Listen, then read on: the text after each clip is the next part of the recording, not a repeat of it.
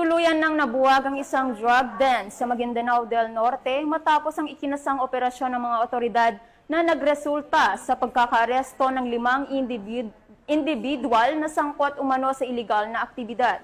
Ang detalye ng report mula kay Patrolwoman Veronica Lagi.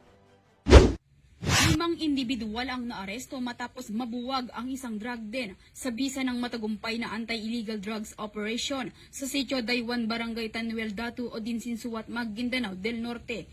Nito lamang ika-16 ng Hulyo taong kasalukuyan.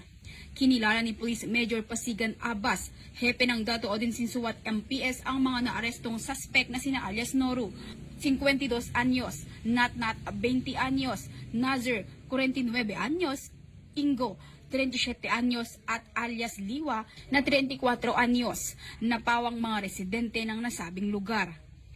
Sa ikinasang operasyon ng Maguindanao del Norte PNP, nakumpiska ang tinatayang 15 gramo ng hinihinalang shabu na nagkakahalagang humigit kumulang 100,000 pesos, isang shotgun, magazine, mga drug paraphernalia at bypass money na ginamit sa iligal na aktibidad.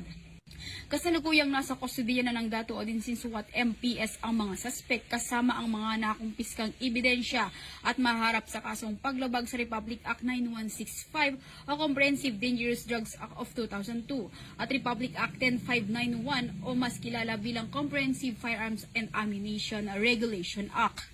Patuloy ang pinagting na kampanya ng pulisya at lokal na pamahalaan ng Datu Odinsinsuat laban sa iligal na droga upang matiyak ang kaayusan at kapayapaan sa kanilang bayan. Mula rito sa rehiyon ng Bangsamoro, ako ang inyong Police News Network Correspondent, Patrolwoman Veronica Lagi, alagad ng batas, taga-taguyod ng Balitang Pulis.